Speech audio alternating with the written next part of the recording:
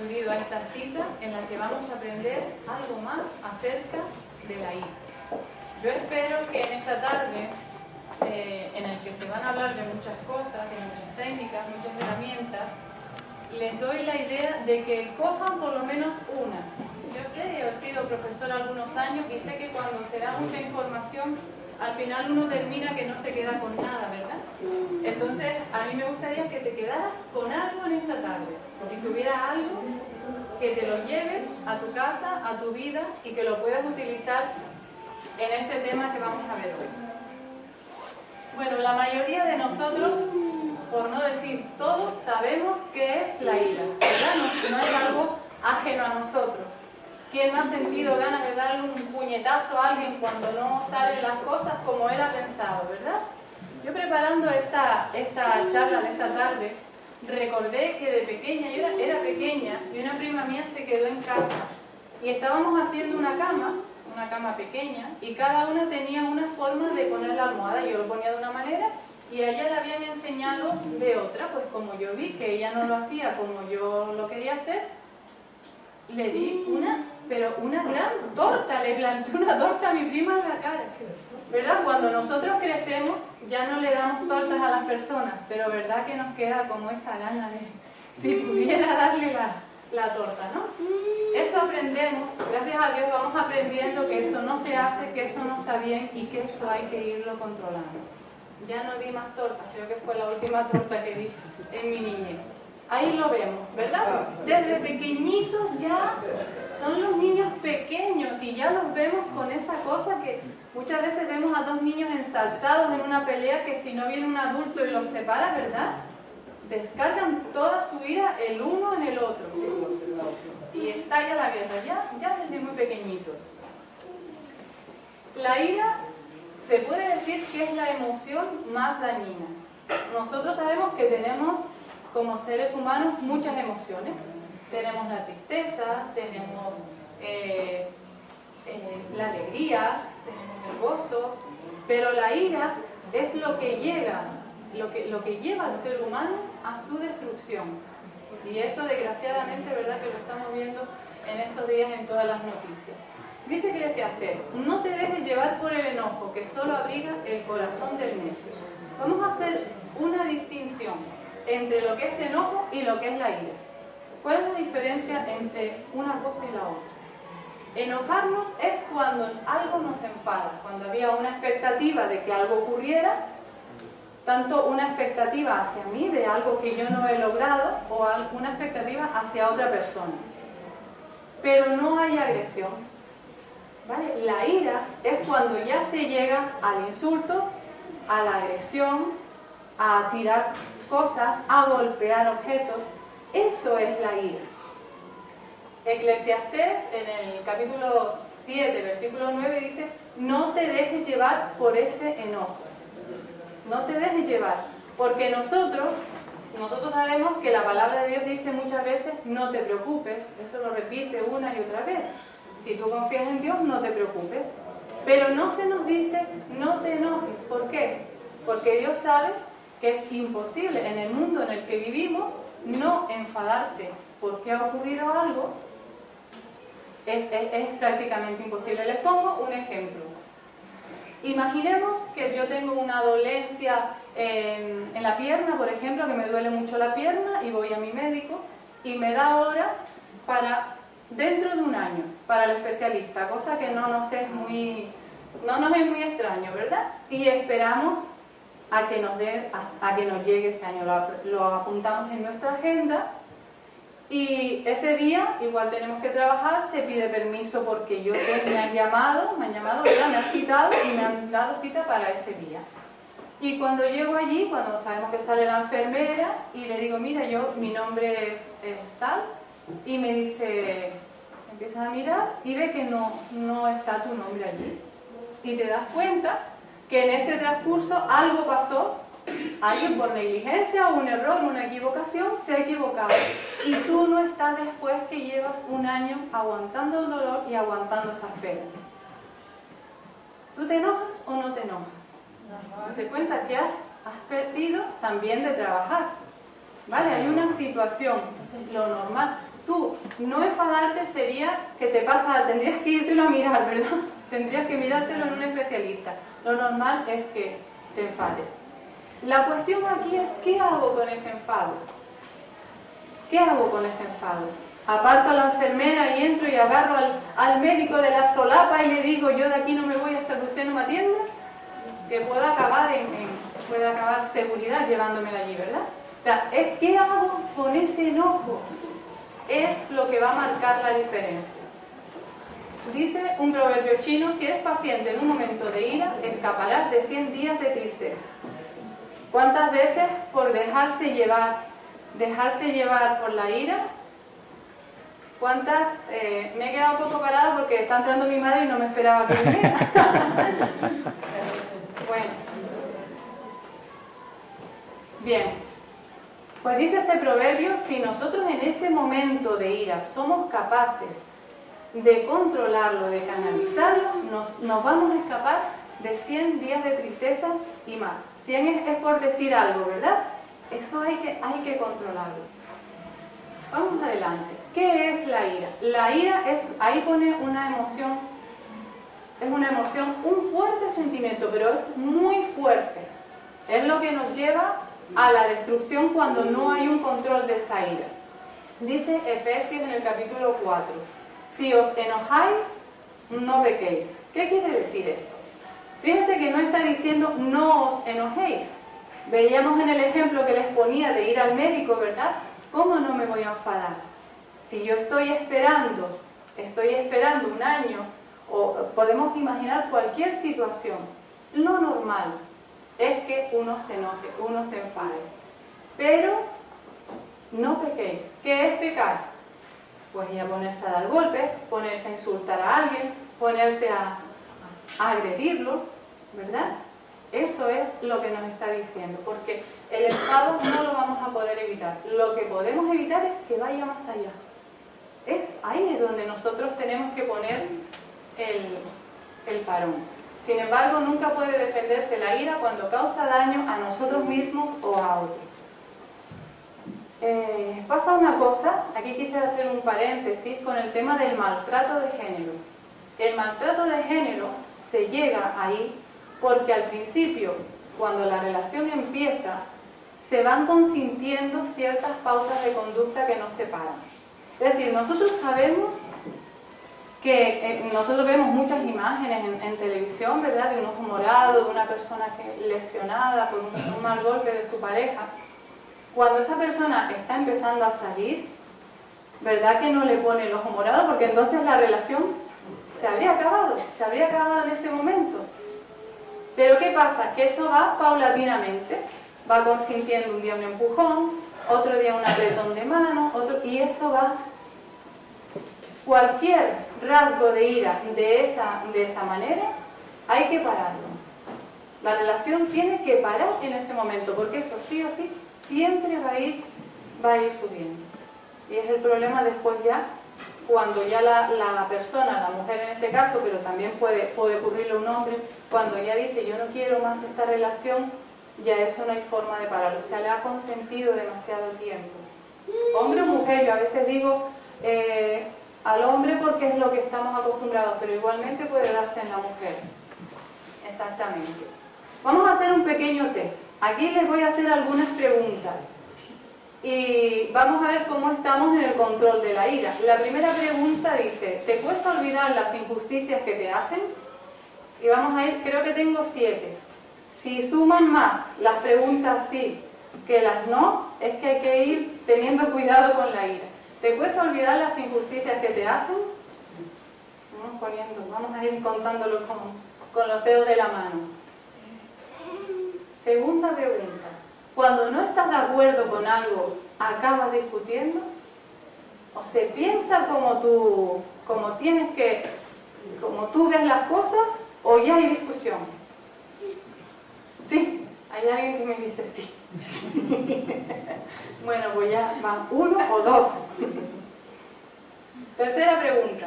Cuando piensas en tu oponente, ¿sientes que se contrae el vientre y tienes fuertes latidos? ¿Sabes? Te sube como la adrenalina por todo el cuerpo.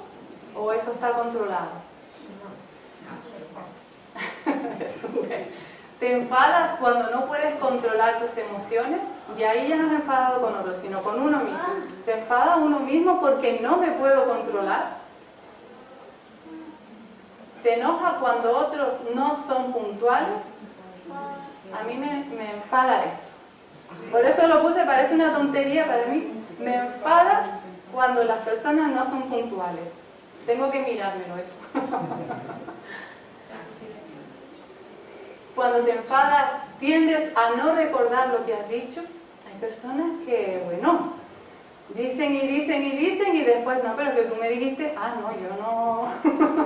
O sea, decíamos, ¿verdad?, en una charla anterior que hay como un arrebato emocional, hay un secuestro emocional y la persona, bueno, tira la piedra y esconde la mano. Yo no he dicho eso.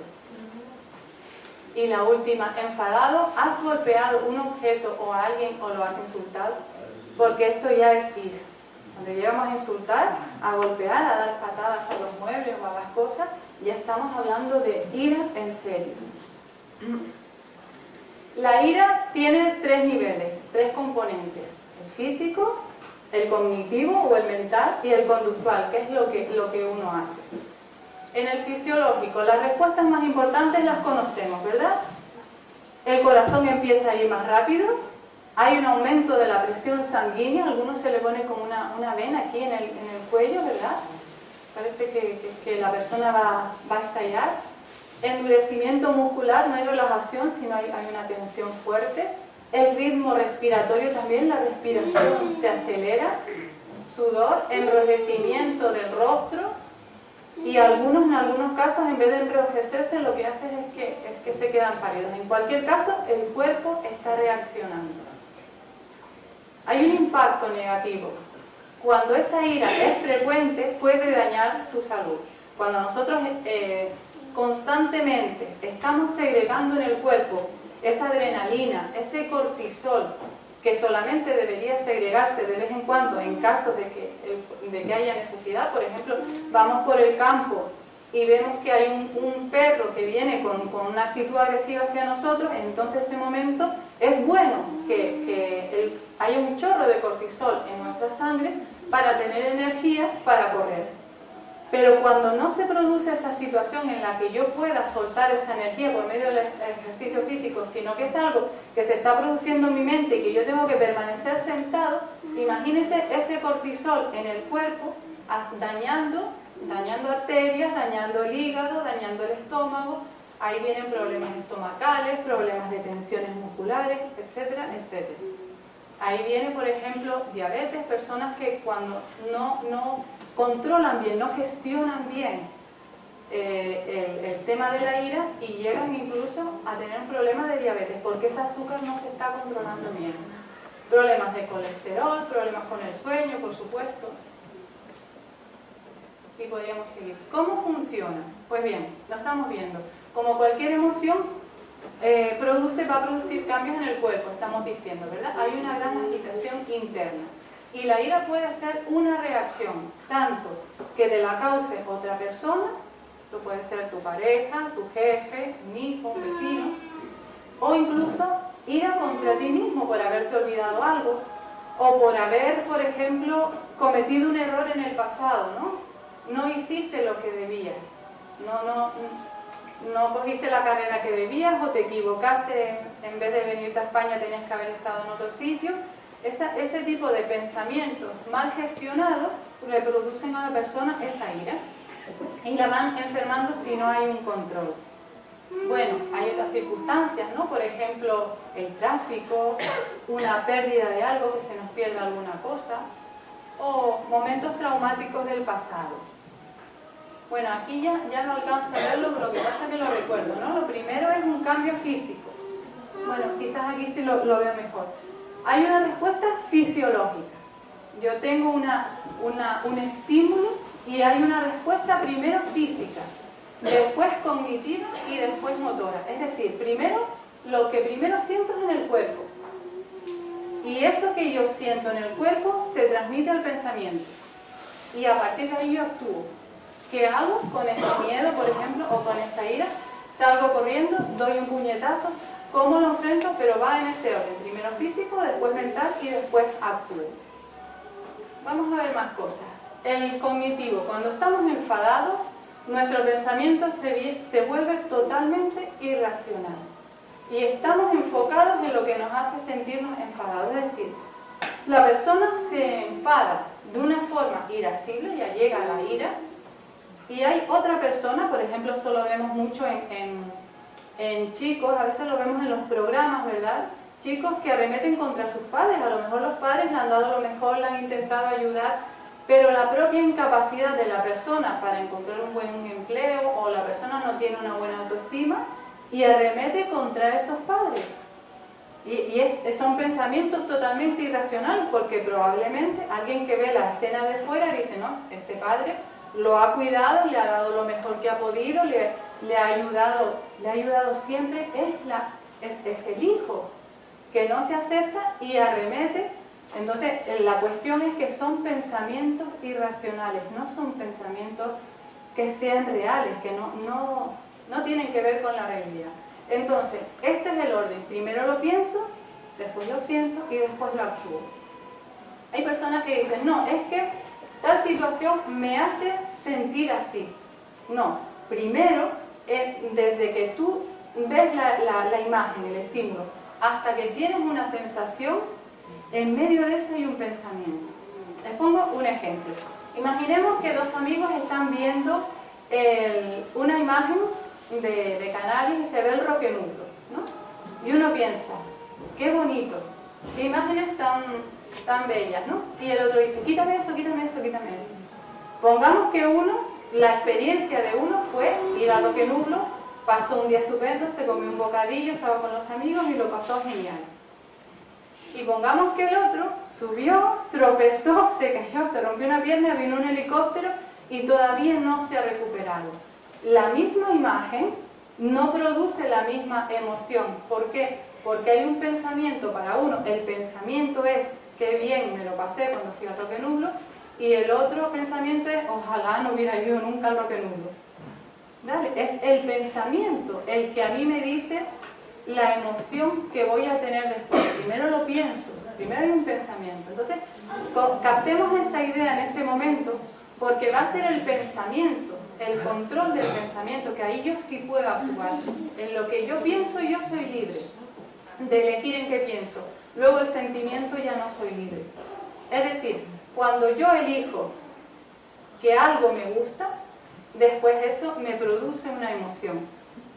Yo elijo el pensamiento, la emoción ya me viene, ya es un resultado de lo que yo he pensado. Seguimos adelante. Cuando la ira es frecuente o intensa puede dañar tu salud mental. La ira coloca gran estrés sobre el organismo y puede causar problemas de concentración y razonamiento, así como una inhabilidad para gozar de la vida. Vale, puede afectar el estado de ánimo y nos puede llevar a la depresión y otros desórdenes mentales. Vamos a hablar un poquito de algo que tiene mucho que ver con la ira, que es el rencor. Es una forma de ira en la que no golpeamos a la persona, pero hacemos cosas como negarle el agua, que es una forma de darle un bofetón, pero sin mano. El rencor tiene que ver con situaciones de nuestra vida que no hemos solucionado, que nos parezca mentira, se produce así en la persona. Y le voy a poner ejemplos para que lo entendamos. El rencor se produce en nuestra vida porque no hemos solucionado esas situaciones. Y entonces proyecto mi malestar sobre alguien. Le voy a poner un ejemplo para que entendamos lo que quiero decir. Imaginemos que hay una pareja que están saliendo, ella o él están muy enamorados y de repente es que no sé si elegir porque después me dicen que soy machista, pero me da igual, podemos cambiar el hombre por la mujer porque es lo mismo, ¿no? Imaginemos que él la abandona a ella, ¿vale? Él la abandona, no la quiere, la deja y ella se queda sola. Ella tenía mucha ilusión, estaba muy enamorada y la relación se rompe. Pasa el tiempo y vamos a ver dos casos. En un caso, ella rehace su vida, encuentra un hombre maravilloso que la quiere, que establecen una familia, que es súper feliz. Y en otro caso, la mujer nunca se recuperó de aquello, no encontró a nadie y vive con su soledad y no lo ha asumido. La persona que rehace su vida y que encuentra en esa otra pareja la solución para lo que ella deseaba, generalmente es muy difícil que guarde rencor a aquel chico que la dejó. Incluso le puede llegar a estar agradecido y pensar cosas, menos mal que me dejó, porque así yo he podido tener una vida feliz, ¿sí o no? Pero ¿qué pasa con la otra persona que nunca encontró su pareja? Y siempre, cada vez, todos los días, ese recuerdo de aquella persona, aquella persona, aquella persona. ¿Ven? Entonces es una proyección. Yo estoy proyectando mi malestar sobre otras personas. Y esto es dañino. Les cuento una historia que yo pensando en esto, es una historia que mi madre me ha contado varias veces y que viene al tema. Se cuenta, hay una leyenda que dice que había dos monjes, ¿se acuerdan de la historia? Había dos monjes que tenían que cruzar un río y entonces había una mujer allí que también tenía necesidad de pasar al otro lado del río. Y entonces parece ser que los monjes tienen prohibido tener contacto físico con las mujeres. Entonces uno de ellos cargó a la mujer en la espalda y la ayudó a cruzar el río. Y cuando llegaron a la otra orilla, se despidieron y los dos monjes siguieron su camino. Al día siguiente, el otro monje, el que no había cogido a la mujer, le dijo: ¿cómo es posible? ¿Cómo es posible que sabiendo cómo son nuestras normas, tú hayas cogido a la mujer y la hayas cargado en tus espaldas? Y el otro le contestó: yo cargué a la mujer y la solté cuando llegué a la otra orilla del río, pero tú llevas cargando a la mujer desde ayer. ¿Entendemos? Esos rencores, esas ideas que no perdonamos son cargas que nosotros vamos llevando. Y las podemos llevar hasta que no soltemos esa carga. El rencor es una de las cosas más fáciles de quitar. ¿Y saben por qué? Porque el rencor es una idea. Ya le vamos a hacer un ejercicio y lo vamos a entender. El rencor es una idea. Nosotros cogemos a una persona y la hacemos como si fuera una diana, ¿verdad? Ahí proyectamos todo nuestro malestar. Pero es un pensamiento. En cuanto yo cambio ese pensamiento, el rencor se acabó. Y se acabó. Es una de las cosas más fáciles de quitar. Vamos a hacer un ejercicio ahora. Les voy a explicar en qué va a consistir. Les voy a pedir que imaginen, ojalá no lo tengan, ojalá no les sirva este ejercicio, ¿verdad? Pero a veces sí sirve. Les voy a pedir que elijan a una persona que para ustedes haya ese rencor, ¿verdad? Hay una cosa que a ti te hizo esa persona en el pasado y has decidido romper, no quiero, como no has sabido resolverlo, aquello no se resolvió, ese rencor sigue ahí y lo estás agarrando. Y cada vez que ves a esa persona o te acuerdas de ella, te sube la adrenalina, ¿verdad? Esa sensación que vemos que sube el pulso y bueno, mejor no tocar el tema de esa persona. Te voy a pedir que lo elijas, ¿vale? Yo la tengo a esa persona y he hecho este ejercicio y les digo, me ha funcionado y funciona porque el rencor es un pensamiento. Les voy a pedir que cierren los ojos un momentito. Cierren los ojos y visualiza a esa persona.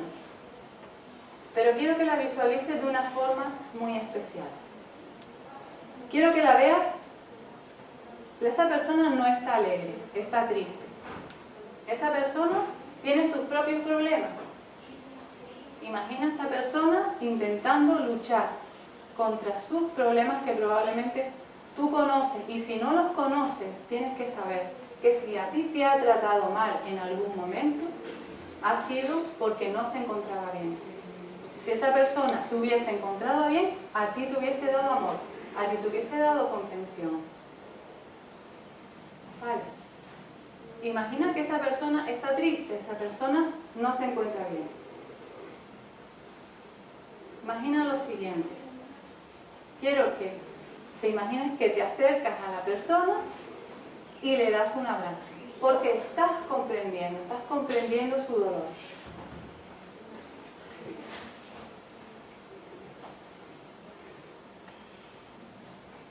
Vale.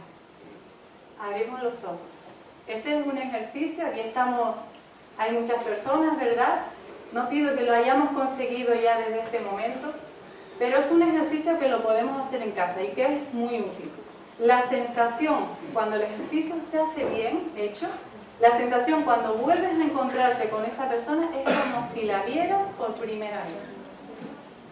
No te debe nada, ya no hay rencor, ya no hay cargas. Tú has entrado en un estado de comprensión hacia esa persona, de que esa persona tiene sus propios problemas y no sabe cómo resolverlo, le pasa probablemente igual que a ti, tienes tus mismas luchas.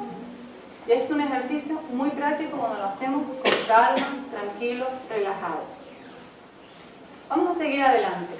Cuando la ira es frecuente o intensa, dañará inevitablemente las relaciones.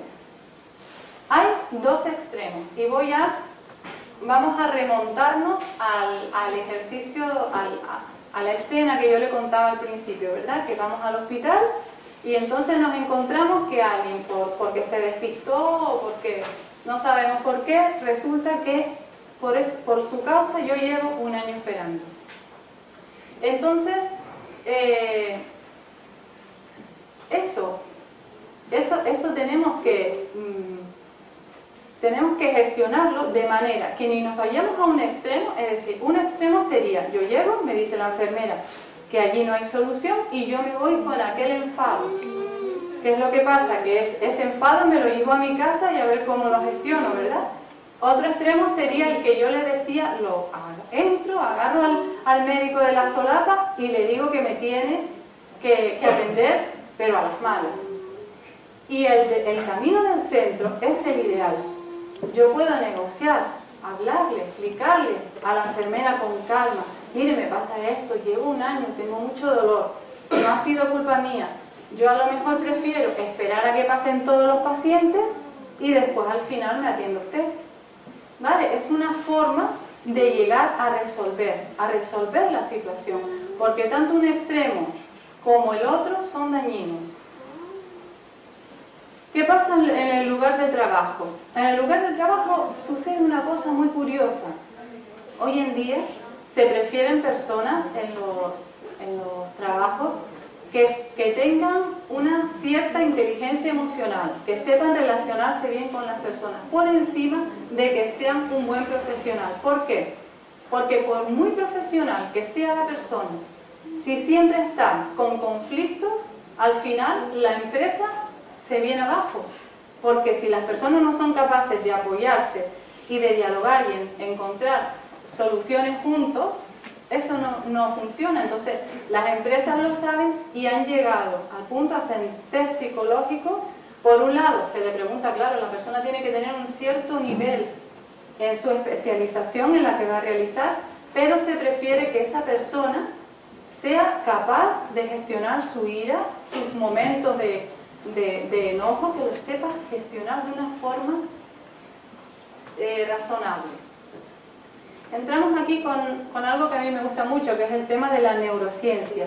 ¿Dónde se produce ese enfado en mi cerebro? El cerebro tiene 3 capas, una de ellas, el bulbo raquídeo, es el de las funciones fisiológicas, es el más básico. Es ahí donde se gestionan cosas como el sueño, el hambre, la energía que uno tiene, etc.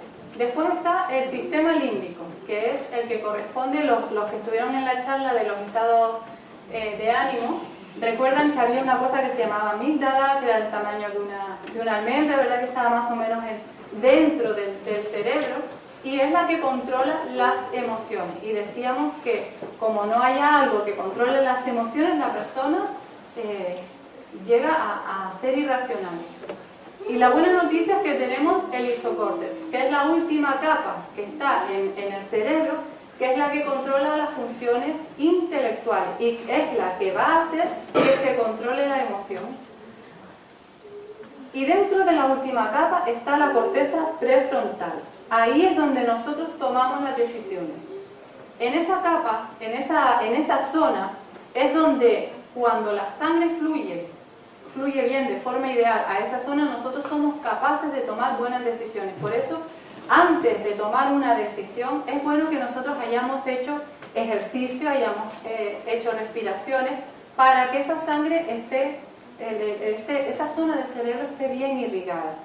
Por ejemplo, se sabe que los niños con hiperactividad tienen problemas porque la sangre no acude lo suficientemente de la forma ideal, no acude a esa zona del cerebro. Y se les da una medicación, con lo que yo estoy absolutamente en contra, pero se les da una medicación tratando de que la sangre fluya a esa zona del cerebro, porque es así como presta más atención. Pero sabiendo esto, que para los niños que son demasiado activos, lo mejor es un buen ejercicio físico, que esa zona esté bien irrigada para que no haya problemas. Y es aquí en la zona frontal donde la elección del bien y el mal ocurre. Les cuento algo más acerca del cerebro. Resulta que había un señor, Phileas creo que se llama, y esta persona era una persona que estaba en un estado completamente siempre con ira. Era una persona muy irascible y nadie lo aguantaba, ya llegaba a ser insoportable para los demás. Y llegó a ser insoportable hasta para él mismo. De manera que cogió ¿cómo se dice? Un rifle, lo puso, es un poco, a lo mejor la imagen un poco fuerte, pero fue la realidad, ¿no? Lo metió en su boca, disparó con tan buena suerte que le dio a la zona del cerebro donde estaba radicada la ira, de tal manera que si le hubieran hecho una lobotomía y le hubiesen quitado esa zona del cerebro, no se lo hubieran hecho también. El hombre fue al hospital, se recuperó y la personalidad le cambió por completo. Se sabe que hay zonas del cerebro donde radica el lenguaje, la ira, la memoria todavía no se sabe dónde radica, pero hay muchas cosas que sí se saben y que tienen que ver con el tema que estamos hablando en esta tarde, que es el de la ira. Bueno, el papel a desempeñar de esa corteza prefrontal, la zona delantera de nuestro cerebro, significa buenas nuevas, o sea, son buenas noticias. Quiere decir que nosotros podemos controlar nuestro mal genio. Pero ¿qué sucede cuando alguien parece que es incapaz de controlar su temperamento? La persona tiene que estar dispuesta a aprender técnicas. Y si esa persona es una persona cristiana, pues es bueno que se someta al poder del Espíritu Santo y decir: Señor, necesito que me ayudes en esto. Pero es muy importante que seamos humildes y que sepamos reconocer que tenemos problemas con esa ira. Una cosa curiosa es que generalmente el iracundo no reconoce, porque no se ve cómo se pone. Y lo más curioso del caso es que cuando a esa persona se le hace una grabación, lo vemos en la tele, ¿verdad? Hay un programa que se llama Hermano Mayor, y se le graba, a ese chico se le graba en esos estados de ira. Cuando ya la persona ya va cambiando, ya va reconociendo que tiene un problema, se le ponen esas imágenes y la persona no se le conoce. Y la persona siente vergüenza al punto donde llegaba. Entonces tenemos, sin necesidad de que nadie nos grabe por la vergüenza después que vamos a pasar, sería bueno que uno se reconozca y diga: oye, a mí me parece que yo mismo o yo misma me estoy pasando. Vale, voy a controlar estos ataques de ira. A ver. Ahí. Hay dos componentes. Uno es la intervención de Dios. Dice: sin mí nada podéis hacer, que eso es una parte para el que es cristiano, decir: Señor, yo necesito tu ayuda. Y hay otro que es nuestros sinceros esfuerzos.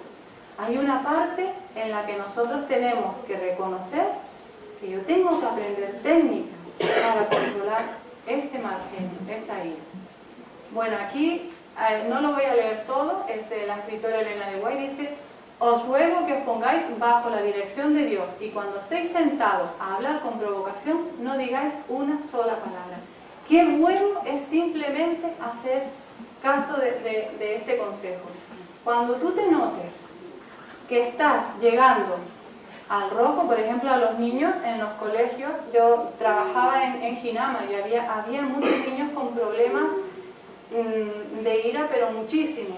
Entonces había un profesorado, la verdad, que muy bueno, y yo les pregunté que qué es lo que hacían con estos niños para enseñarles. Y ellos me dijeron que usaban la técnica del semáforo. Yo les decía, ¿qué es eso del semáforo, no? Y entonces ellos me contaron, dice, que cuando ellos se ven que están tranquilos, pueden ir a solucionar lo que tienen que solucionar.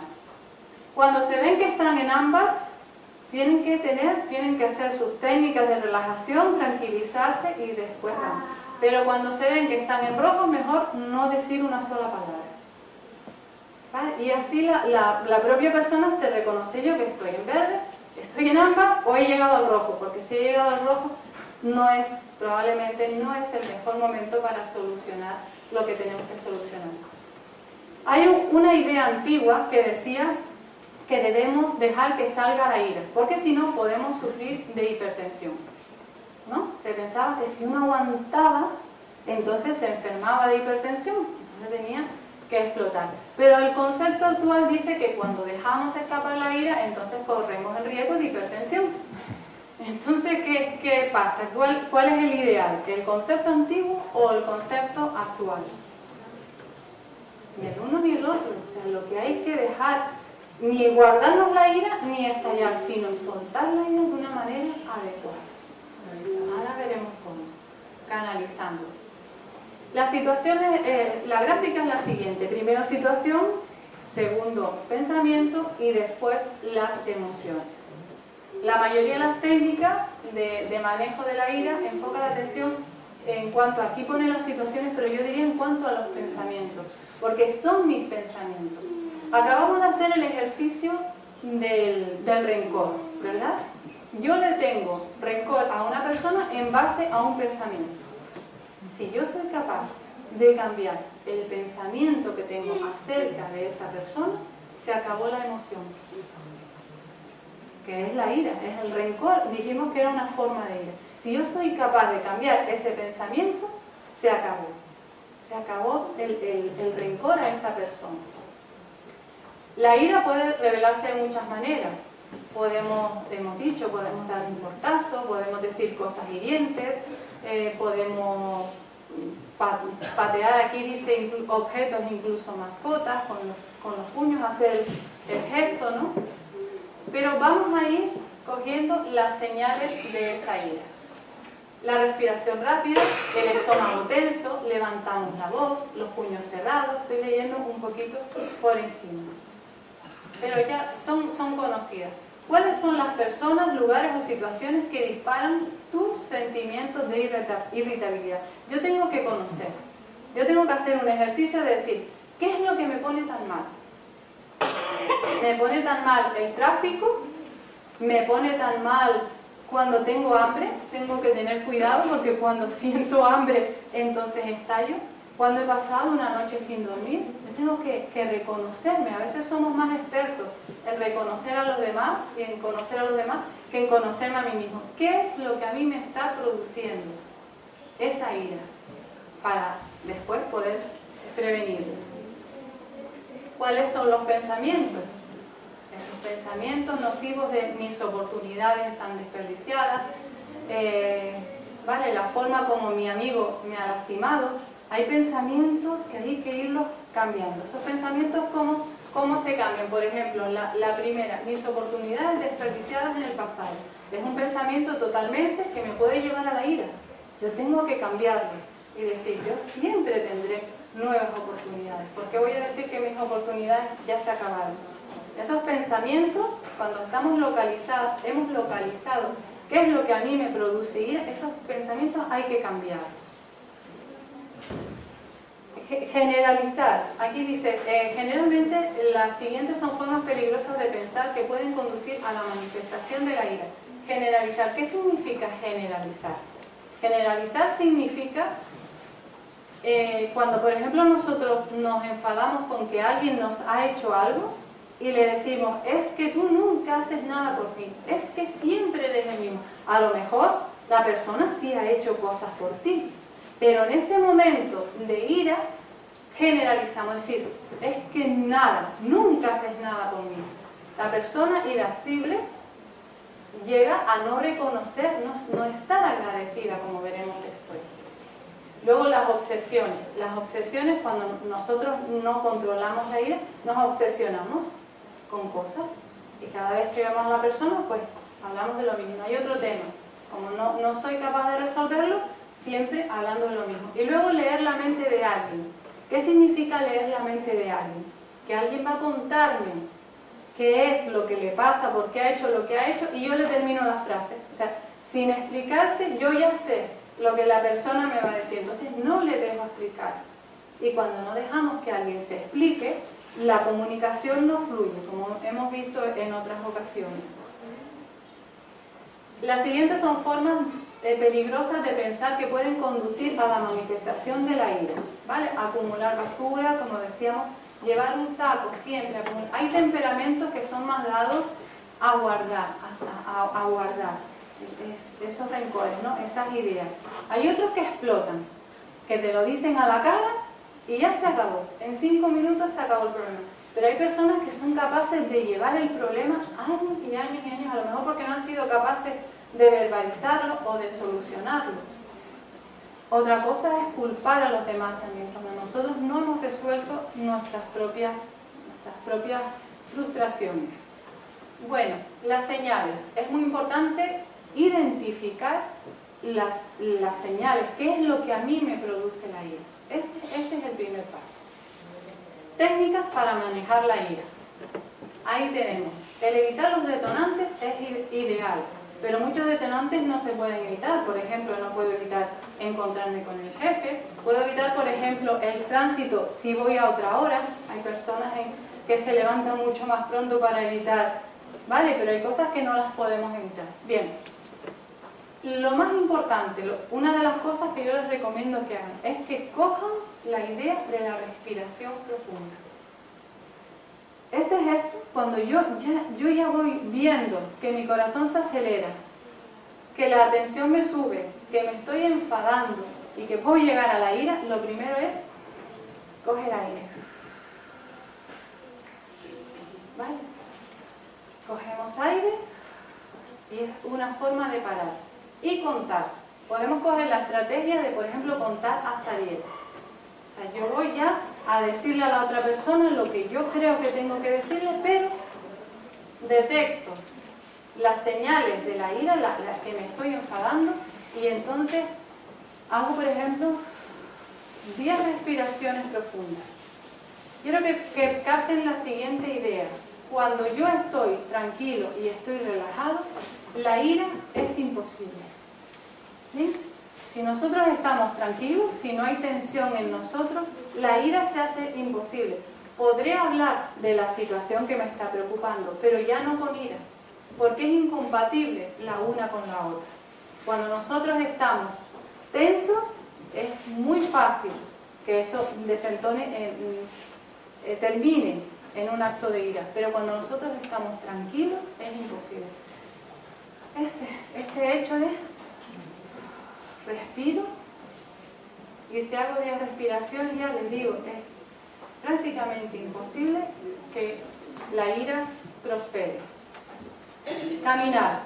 Lo que les decía antes de respirar es un momento, como decir, es para el momento. Yo ya veo que me voy a enfrentar a mi jefe, que me voy a enfrentar a esa persona que me pone tan nerviosa, o que me voy a enfrentar a una situación, la que sea, y respiro. Pero el caminar es preventivo. ¿Y por qué el caminar puede prevenir ataques de ira? Porque la ira tiene mucho que ver con el exceso de adrenalina en el cuerpo y de cortisol. Cuando yo camino, ese cortisol lo equilibro. Cortisol lo necesitamos, pero no en tanto exceso como a veces lo generamos en nuestra sociedad. Cuando una persona camina todos los días, ese cortisol lo mantiene a raya. Y cuando yo tengo que solucionar una cosa, el cortisol lo tengo en sus límites. Entonces yo puedo hablar tranquilamente, pero con control. Otra estrategia es hablar contigo mismo. ¿Qué quiere decir hablar contigo mismo? Decirte, oye, para que ya te conoces cómo va, ¿vale? Es una forma de darte una orden. Y otra es hablar con Dios. Es decir, los que son creyentes, por ejemplo, decir, Señor, ayúdame, respirar. Y decir, Señor, ayúdame a no perder el control. Luego aquí, otra estrategia. Crea una figura mental de las consecuencias.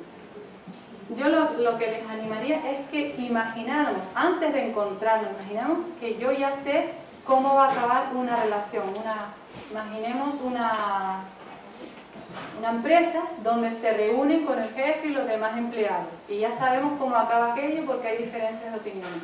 Pues yo, antes de entrar a la sala de reuniones, yo puedo imaginar que estoy tranquilo y que la reunión transcurre tranquilamente. Y este ejemplo que les acabo de dar lo podemos llevar a cualquier situación.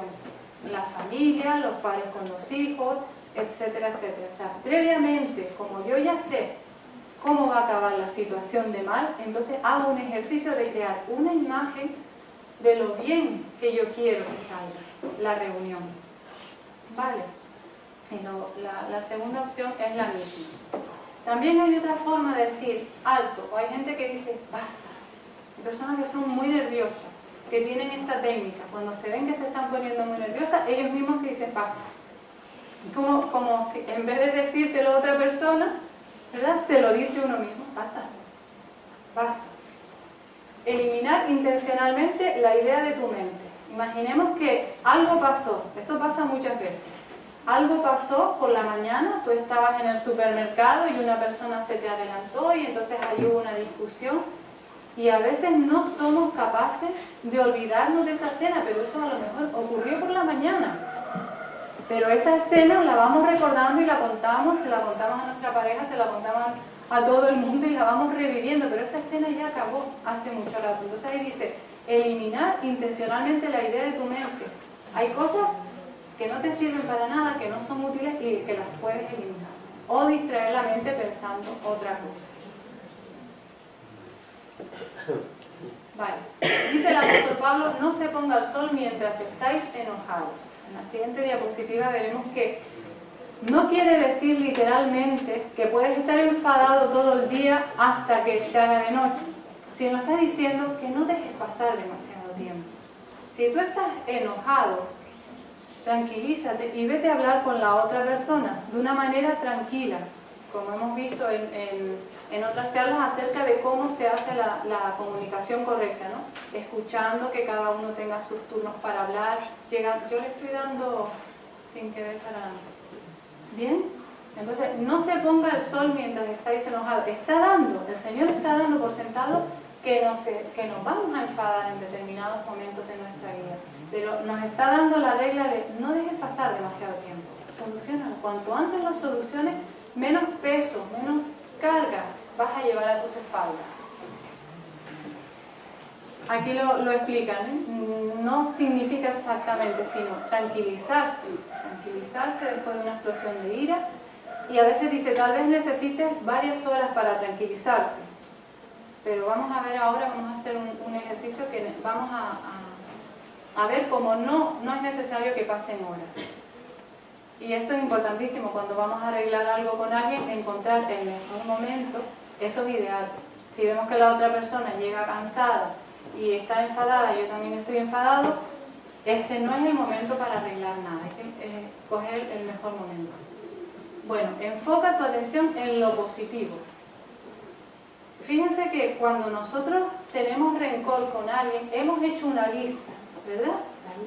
Esa lista no está escrita en ningún sitio, pero está en nuestra mente. Hemos hecho una lista de por qué nosotros le tenemos rencor a esa persona. Es que aquel día me miró mal, es que aquel día me hizo tal cosa, es que tenía que haber estado y no estuvo, etcétera, etcétera. Nosotros tenemos una lista y vemos a esa persona en nuestra mente, bueno, poco menos que la maldad en persona. Nosotros deberíamos hacer el ejercicio de hacer una lista con esa persona y tenerlo como hábito de hacer listas, de coger lo bueno de esas personas. Esa persona a la que yo le tengo tanto rencor, en algún momento ha hecho algo bueno por mí, o si no ha hecho nunca nada por mí, es un buen padre, es un buen trabajador, es una persona responsable. ¿Vale? Porque hacemos listas, la mente del ser humano es 4 veces más negativa que positiva. Se sabe que para educar a un niño por cada reprensión hay que decirle 4 cosas positivas, porque si no él se va a quedar con lo negativo, porque hay una tendencia a lo negativo. Entonces, cuando se trata de tener rencor a alguien, un compañero de trabajo, sea lo que sea, esa lista la tenemos en la mente y nosotros nos justificamos a nosotros mismos y decimos, yo le guardo rencor a esta persona por esto, por esto, por esto y por esto. Y si alguien te lo preguntara y te llevara a juicio, tú tienes claro el por qué. Tú estás justificado delante de ti mismo por qué le tienes rencor a esa persona. Pero cuando haces el ejercicio inverso y eres humilde sobre todo delante de ti, de decir, oye, esta persona no es tan mala como yo pensaba. Esta persona tiene sus problemas. En aquel momento no me ayudó porque estaba a lo mejor pasando por una situación hasta parecida a la mía. Cuando nosotros hacemos esa lista de cosas positivas que tiene la persona, la forma como vemos a los demás cambia, pero muchísimo. Y luego expresa gratitud. Las investigaciones recientes, hay muchas investigaciones que están viendo qué es lo que pasa con las personas que tienen gratitud. Se está estudiando el tema de la depresión, a la ansiedad, etcétera, en esta línea. Y se ve que las personas que son prácticamente inmunes a la depresión son personas que están agradecidas a la vida, están agradecidas a los demás, están agradecidos a sus padres, están agradecidos siempre ven la forma de dar las gracias. Y las personas que van tristes, con depresión, generalmente buscan los motivos por los que yo no soy feliz. Bueno, por mis padres, por esto, por mi jefe, por lo otro. Y entonces hacen una lista, yo le llamo la lista negra, hacen una lista negra por la que se justifican esos rencores. Y esa lista hay que destruirla y construir otra de gratitud. Ahí viene, ¿no? Hacer las cualidades de mi amigo, las cualidades de un cónyuge, las cualidades de un vecino que yo hasta ahora no puedo soportar. Hagamos el ejercicio de cambiarlo. Bien. Y escribamos incluso una carta de gratitud que probablemente no le entregaremos cuando el rencor es muy grande y yo no me atrevo a hablar con esa persona porque a lo mejor me ha tratado hasta mal, he intentado en alguna ocasión. Hagamos una carta de gratitud. ¿Por qué una carta? Porque es mucho más fácil, con calma, en la tranquilidad de nuestra casa, de nuestra habitación, escribir por qué estoy agradecido a esa persona. Y entonces, probablemente lo más ideal es no darle esa carta, porque si la relación a lo mejor no existe. Pero ¿qué sucede? Que el que cambia soy yo. La otra persona seguirá con su vida, seguirá en su mundo, seguirá haciendo sus cosas igual que hasta ahora, pero el que cambia soy yo. Y ese es el mayor beneficio de estar agradecido y de encontrar cualidades buenas en las personas en vez de hacer una lista de sus cualidades malas. Bueno, aquí tenemos estrategias para enfrentar la ira. Les dije, la primera que vimos era esa respiración, ¿verdad? Respirar lenta y profundamente, ahí dice por lo menos 4 segundos, estoy en el centro, por lo menos 4 segundos. Este ejercicio es anti-ira total, porque yo les decía, si estamos tranquilos, si la respiración es pausada, no puede haber un ataque de ira. O estoy respirando mal, con lo cual puedo llegar a tener un ataque de ira, o estoy tranquilo y la ira es imposible. Entonces, yo siempre digo que esto deberían enseñarlo en los colegios, en las casas, en las iglesias, en todos lados.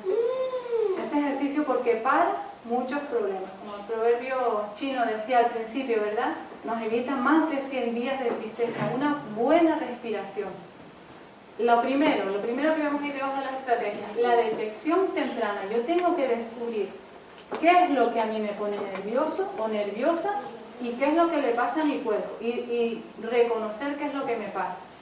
Después hay que darse un tiempo. Por ejemplo, yo sé que estoy nervioso, voy atareado en el trabajo, y mi jefe o mi compañero de trabajo se empeña en solucionar un tema, y yo sé que, porque me conozco, sé que no es el momento, lo más adecuado es decirme, espera un momento, vale, respiramos, vamos a un lugar aparte, respiramos, nos calmamos, entonces, ahora sí ya, podemos retomar el tema, vale, siempre es mejor eso que entrar en discusión ahí directamente.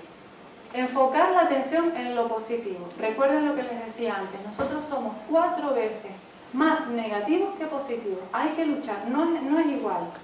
La lucha que nosotros tenemos no es igual. Tú le dices a un niño, esto lo has hecho bien, y acto seguido le dices, esto lo ha hecho mal, y lo que se va a acordar es de lo que le dijiste que hizo mal, ¿o no? ¿Es verdad o no es verdad? Entonces, sabiendo eso, teniendo esta información, debemos enfocar nuestra atención en lo positivo de la vida, en lo bueno que tenemos, en las cosas que tenemos por qué darle gracias y en lo positivo que tienen los demás. También hay que pensar en las consecuencias. ¿Qué pasa si exploto? ¿Qué pasa si yo, por fin, le digo a mi jefe en la cara lo que llevo años aguantando? Yo tengo que pensar, yo tengo que razonar. ¿Vale? Yo tengo que verme si esa explosión de ira me va a ser beneficiosa o me voy a ver en la calle con mis 8 hijos. ¿Vale? Yo tengo que medir las consecuencias de mi ira y luego aferrarse al Señor. Necesitamos a Jesús muchas veces cuando todos los temperamentos no son igual de fáciles para entrar en ira, pero sí que todos necesitamos al Señor para que nos mantenga la calma. Estrategias psicológicas. Las estrategias psicológicas son útiles, son como tiritas, ¿verdad? Pero lo que de verdad necesitamos, como dice Romanos 12, es transformar nuestra mente. Lo que necesitamos es un cambio de mentalidad en el que la vida y las cosas las empecemos a ver de otra manera, no como siempre las hemos visto, no que nos lleven siempre a esos ataques de ira que nos resultan tan negativos, sino que empiece a haber un cambio de mente de manera que eso ya se evite, que me haga crecer, que me haga madurar en ese aspecto. Bien, la regla de oro. Antes de darles la regla de oro, que muchos conocerán, vamos a hacer un segundo ejercicio. ¿Recuerdan el primero, que era el de imaginar a una persona para evitar el rencor? Pues vamos a hacer un segundo ejercicio. Este ejercicio es muy bueno para reconocer las tensiones. Bien, la idea está clara. Cuando yo tengo ira, generalmente no, siempre hay tensión muscular. Si yo estoy relajado, no puede haber un ataque de ira, es imposible.